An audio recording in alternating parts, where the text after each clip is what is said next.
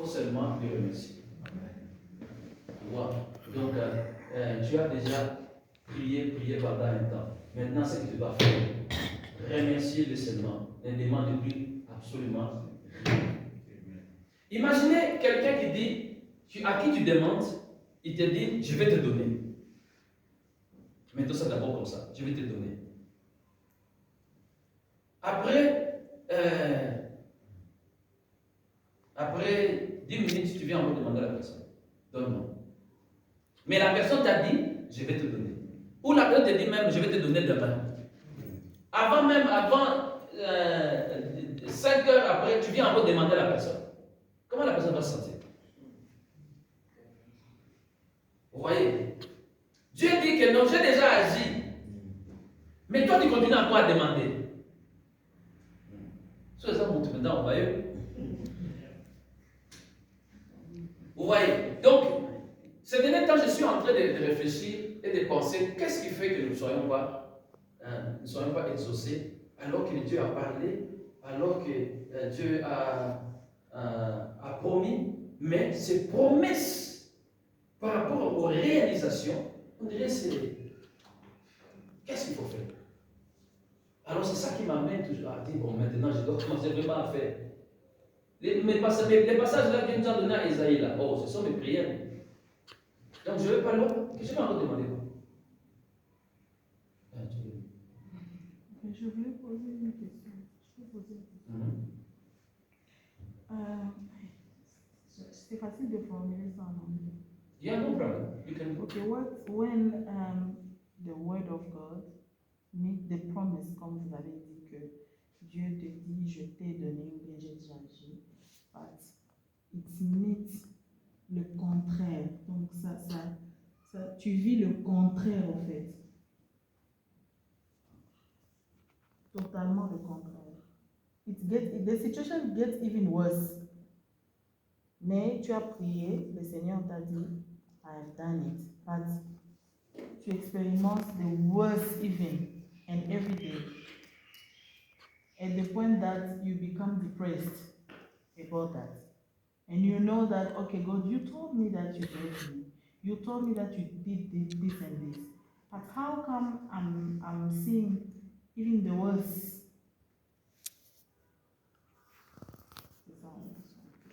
Maintenant, comment il faut prier par rapport à ça? Parce que ça emmène le découragement, ça emmène, en fait, pas le découragement seulement, mais les questions.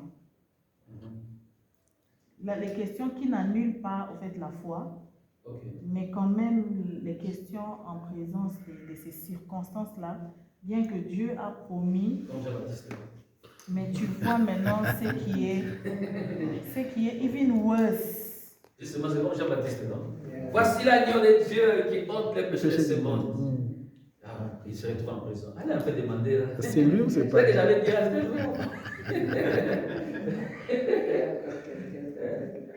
allez un peu lui demander. Moi, je dis ceci, hein. Quand nous prions, en principe, quand nous prions, les lieux saints, lieux très saints, est déjà ouvert. Donc nous avons la possibilité d'entrer dans le lieu très saint. Donc nous sommes dans la présence de Dieu. La prière, c'est la conversation avec Dieu. C'est comme ça que nous définissons la prière. Donc quand je suis en train de prier, je ne suis pas seulement en train de parler, mais je suis aussi en train d'écouter. Tu vois? Donc quelquefois, nous nous donnons trop beaucoup d'énergie à parler. Nous pensons que c'est en parlant que Dieu va agir. On dirait que nous poussons Dieu. Nous pensons que par cette énergie-là, moi je ne dis pas que cette façon de prier n'est pas bien. C'est pas bien. Nous autres, nous aimons ça. Mais nous devons savoir que je parle et je dois aussi écouter. Et quand j'écoute, qu'est-ce que Dieu veut dire par ce que j'ai entendu? J'ai dit ceci. Quand j'écoute, Dieu peut me dire, voilà, prie selon ce passage. Je vous dis, c'est quand on est en train de prier, voilà ce que moi j'ai reçu. On était en train de prier pour la retraite. Directement, j'ai commencé à prier, faire cette prière. Que cette retraite soit une porte pour faire entrer les gens, pour faire sortir les gens de la maladie, pour les faire entrer à la guérison. Que cette retraite soit une porte pour les faire sortir de la pauvreté, pour les faire entrer à la richesse. Que cette retraite soit une porte. Directement, je me suis arrêté. Oh, j'ai dit quoi? Je n'ai pas réfléchi à ça. Tu vois? Je n'ai pas réfléchi à ça. Directement, cette prière est sortie. Alors j'ai écrit ça. J'ai compris que c'est Dieu qui a mis ça dans ma pensée. Donc le Seigneur aimerait que cette prière soit une porte. Voyez comment est-ce qu'on reçoit le message. Donc nous devons faire attention. Tu peux prier, mais cette prière, c'est la réponse à Dieu, à ta prière. Ou c'est la direction de Dieu à ta situation. Alors quand je reçois cette direction, je prie, parce que tu vas voir que non, ça c'est différent de toutes les prières que j'étais en train de faire. Donc je reçois ça. Voilà pourquoi c'est important d'écrire. Moi j'écris les choses qu'il faut la prière des gens. Pour prier là, moi je suis à côté, là j'ai entendu, c'est moi, j'ai dit maman Marie, j'écris ça. Donc pour moi ça peut être une réponse à ma prière. Tu vois, ou une direction. Il y a certaines prières que je fais aujourd'hui, j'ai reçu ça de quelqu'un. Ma femme aimait bien prier, tu essuies les larmes avec ton mouchoir invisible. C'est lui qui avait créé cette histoire. J'ai dit, viens, on tombe. J'ai pris ça. Alors, quand je vais dans les deuils, vous avez des prières qu'on fait à haute voix là, quelquefois, il faut une bonne phrase là. Je dis, boum, j'ai tiens, on va prier. Donc, Seigneur peut te dire, voilà comment il faut prier. C'est dès que tu prends ça, tu n'as pas besoin d'aller à gauche. La prière n'est pas une multitude de mots, mais les mots clés que tu as besoin pour avoir la réponse. Je commence à prier par rapport à ce que j'ai reçu. Tu vois? Bon, moi, chaque jour, j'ai pris, bon, je ne vais pas peut-être chaque jour, mais régulièrement, j'ai pris non, ni tout ce que nous avons eu dans Isaïe. C'est ma prière. Je sais pas pourquoi je dois aller à gauche à droite quand j'ai reçu quelque chose. Deuxièmement, quand tu pries, tu peux sentir que non, ici, it's over. Je n'ai plus besoin d'insister. Je n'ai plus besoin de demander. Maintenant, c'est le temps de remercier. Tu sauras parce que tu es enfant de Dieu. On n'a pas besoin de t'enseigner ça. Hein? Tu sauras que non. Ce qui nous pousse maintenant à revenir à demander, c'est ce que tu dis là. Tu vois, la situation ne change pas. Mais si tu as parlé, même si la situation ne change pas, ça va changer. Maintenant, c'est ta responsabilité de garder la foi. Tu vois, je garde, parce que je vais demander encore quoi Dieu m'a déjà dit. Dieu dit à Samuel, ne prie plus. Toi, tu vas maintenant pour ça, non. Garde ce que Dieu t'a dit. La parole de Dieu, c'est ce qui va ouvrir la porte. La parole de Dieu, c'est ce qui va résoudre ton problème. Les remarques que tu as reçues de Dieu, la révélation de Dieu que tu as reçue, c'est ça qui va ouvrir la porte. Ce n'est pas la multitude de mots que tu vas présenter à Dieu, mais c'est que la réponse de Dieu là. Dieu m'a dit qu'il m'a béni, mes business vont marcher, mais les business ne marchent pas. Qu'est-ce que j'ai à faire? Je continue à croire que les business vont marcher. Même si je souffre, quand tu crois, tu n'auras plus de stress. La foi est loin du stress. Vous ne pouvez pas avoir la foi et le stress. Ça ne marche pas ensemble. Si tu as des stress, donc c'est-à-dire que commence à douter, c'est le Seigneur dit. Non, docteur, moi je parle des situations qui viennent pendant que tu crois. Par exemple, tu as des maux de tête. Dieu te dit, je t'ai guéri des maux de tête. Maintenant, ça devient il y a ma casiwana. Qu'est-ce qu'il faut faire? Tu crois. Et comme sous ma casiwana. Qu'est-ce qu'il faut faire? Pendant que tu as la parole, mais la situation, c'est pas que c'est standard. Mais justement, tu poses la question, qu'est-ce qu'il faut faire? Continue à croire. Mais qu'est-ce que tu peux encore faire? Il n'y a rien d'autre. Non, là maintenant tu ajoutes autre chose. Tu vois, quand je crois que c'est que Dieu m'a dit, tu vois, bon, je comprends un peu ce que tu veux dire. Tu vois, je crois que je suis guéri. Tu vois. Maintenant, la maladie, mais je continue, la première chose, je continue à croire que la guérison est pour moi. Et je commande à cette maladie de partir. Parce que la guérison est pour moi. Tu vois? Il n'y a pas toujours de démons à chasser. Faut pas y avoir. Il n'y a pas toujours de démons à chasser. Tu vois?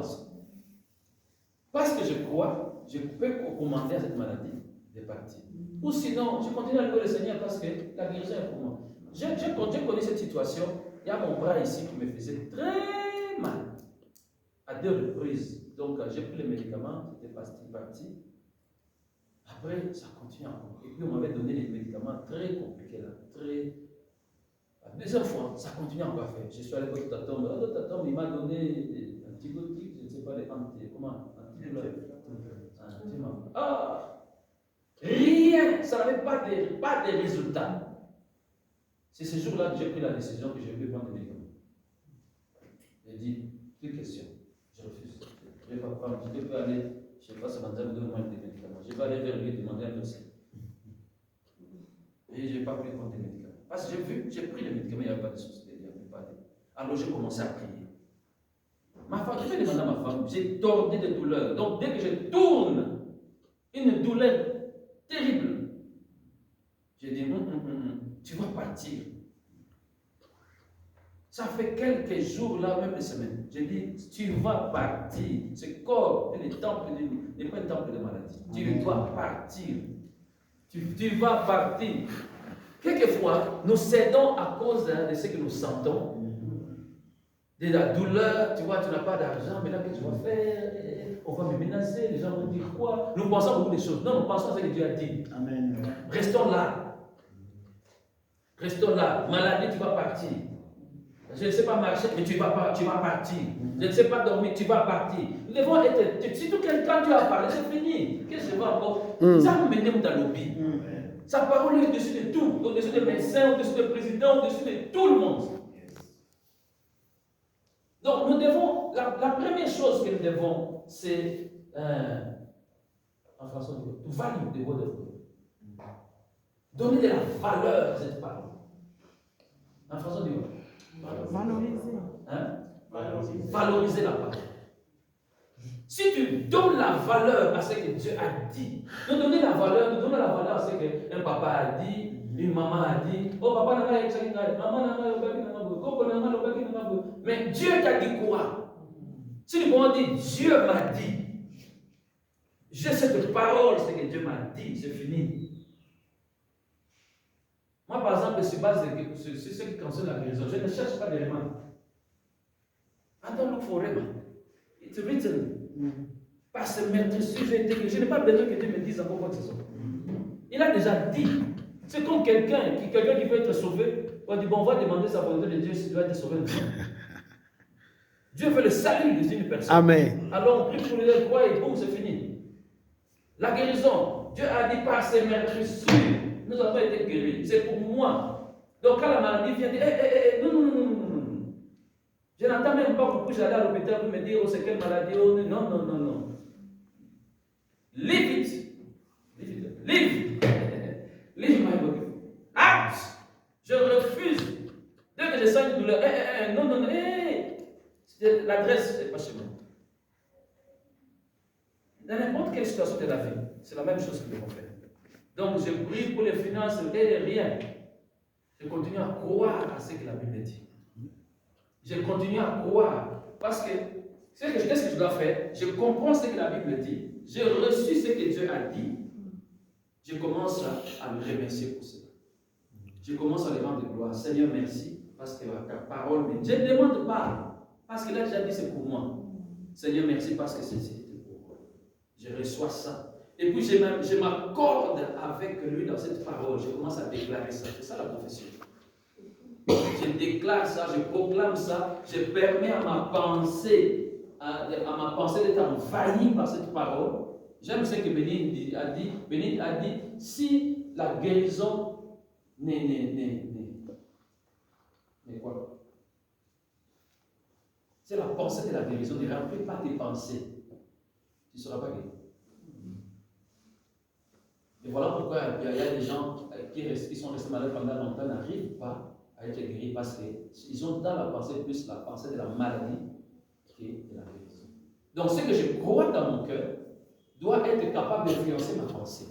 Donc je ne peux pas croire à la guérison et je pense à ma mort. Je ne peux pas croire à la prospérité et je pense à comment est-ce que je n'ai pas ça. Non, non, je commence à penser comment est-ce que je vais entrer dans ma belle maison là, comment je vais telle voiture, comment est-ce que je vais faire ceci. Donc c'est ça, ce sont les choses, c'est que je veux voir, c'est ce qui doit influencer le reste. Vous avez quelque chose à ajouter là? Non, c'est exactement comme tu as dit. Mais je crois que ce que Léa disait, c'est que quand tu commences à ne pas croire, donc là tu as déjà perdu la foi.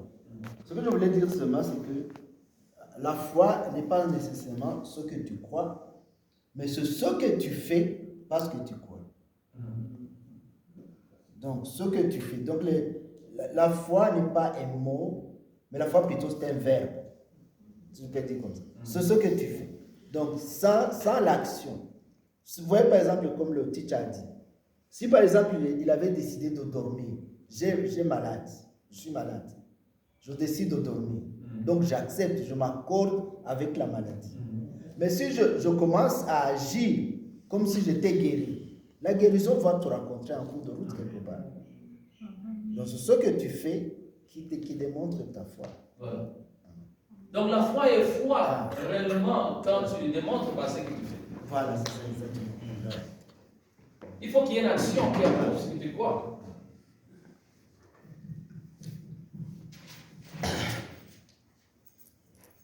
Donc, quand tu as dit, donc c'est quand je prie, bref, quand je prie, je m'attends à recevoir quelque chose. Ne priez pas dans le vide. Ne priez pas sans avoir reçu une pensée. Amen. Parce que Dieu peut te dire, voilà ce que je veux. Dieu peut t'amener à un verset biblique. Il peut te conduire dans plusieurs choses pour te dire, voilà ce que je suis en train de faire. Voilà ce que tu dis là, ce que tu demandes là, c'est pas ce que je veux. Imaginez l'homme l'a plus boité pour qui Pierre et Jean ont prié. Il le voit comme ça, il demande de l'argent. Tu vois? Est-ce qu'il avait besoin d'argent? Est-ce que les grands besoins de sa vie c'était l'argent? Non, ce n'était pas ça. Les grands besoins de sa vie c'était qu'il puisse marcher. Et quelquefois nous allons à Dieu, nous demandons, Seigneur, donne-moi l'argent. Tu n'as pas besoin d'argent, tu as besoin de changement de position. Amen. Amen. Dès que ta position change, l'argent va venir. Donc voilà pourquoi nous ne devons pas simplement prier parce que j'ai un besoin, je vais demander, je cours vite pour demander à Dieu. Mais restons dans sa présence, à écouter ce que Dieu veut. Et quand nous recevons ce que la pensée de Dieu, nous prions selon cette pensée. Et quand nous prions, la prière a été faite pour être exaucée. La prière est faite pour être exaucée. Quand vous priez sur la pensée de Dieu, même si vous n'avez pas de résultats le même jour, après 2 jours, 3 jours, 4 jours, peu importe le temps, vous allez vivre cela. Vous allez vivre cela. Recevez seulement la pensée de Dieu. Et voilà pourquoi, quand vous lisez la Bible, vous devez savoir que Dieu vous parle à vous, pas à quelqu'un d'autre. Vous ne pouvez pas commencer à dire, ah oui, ça c'est pour tel. Hein. Non, non, Dieu vous parle, c'est votre Bible. C'est vous qui êtes là, vous seulement, il n'y a personne à côté. Écoutez ça, recevez ce que Dieu vous dit. Et agissez, croyez à ça, agissez selon cette parole. En tout cas, moi, la bonne façon, la façon dont Dieu me parle, c'est la parole. D'autres choses aussi, mais la principale, c'est la parole. Et si vous savez écouter Dieu par la parole, vous saurez l'écouter dans d'autres méthodes. Et une autre façon de prier selon la volonté de Dieu, c'est par la main. Prier en langue. 1 Corinthiens chapitre 14, verset 2. En effet, celui qui parle en langue ne parle pas aux hommes, mais à qui? Dieu. Car personne ne les comprend. Et c'est en esprit qu'il dit le mystère. Donc, quand vous parlez en langue, vous pouvez louer. Quand vous parlez en langue, vous pouvez demander. Quand vous parlez en langue, vous pouvez intercéder. Mais Dieu seul qui comprend. Vous ne comprenez pas. Quand vous êtes buté à des problèmes, vous ne savez pas résoudre. Priez en langue. Mara Osheka Pariando Kobasa. Setere Bushkaya Base. Roshanda Bushkaya. Rengara Bushkaya Base. Priez, vous allez voir une pensée qui va monter, une direction que c'est. Mais quand vous priez en langue, je ne parle pas de prière là déjà mémorisée, ça. Parce qu'apparemment, chacun de nous a une prière mémorisée. Quand nous prions en langue,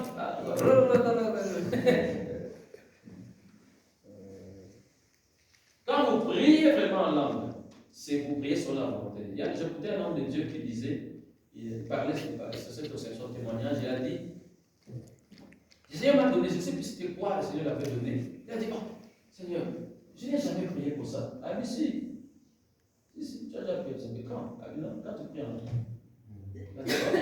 Ok. Donc, en priant en langue, il y a des prières que vous faites là, que vous-même, vous ne savez même pas que vous priez pour ça. Mais vous priez pour ça. Donc, plus vous priez en langue, vous priez des prières parfaites, selon la pensée de Dieu, selon la volonté de Dieu, et Dieu finira par exaucer. C'est un outil que Dieu nous a donné, et quelquefois nous négligeons ça. En principe, un chrétien doit prier. Chaque jour, vous devez prier en langue. Quelques temps là. Vous ne pouvez pas. Ça dit, un mois, je ne peux pas en langue. Non, ça c'est un péché. C'est comme un outil que vous avez et vous êtes en guerre là-bas, vous l'utilisez. Chancel. Ah, ok. Moi, j'ai une question. Nous sommes tous appelés à parler en langue. C'est une question. Nous tous, nous sommes appelés à, si tu es très fort, à parler en langue. Quand tu m'as fait le ah, ok. On va te répondre quand tu vas, comme tu suis de l'affaibissement. Tout le monde connaît la réponse. Donc voilà pourquoi on va te répondre à ça. Donc, calme-toi. Tu auras la réponse. Et ça sera même plus clair que ça. Quand tu auras la réponse. Ok. Prions selon la volonté de Dieu. Oh, mais j'ai cru que tu voulais pas me poser une question alors. Ça va, Ahmed? Ça va? Oui, ça va. Donc, prions selon la volonté de Dieu. Et la volonté de Dieu, c'est dans sa parole. Le Saint-Esprit nous révèle cela. Et quand nous prions en langue, ce sont des prières parfaites que Dieu va répondre. Gloire au Seigneur.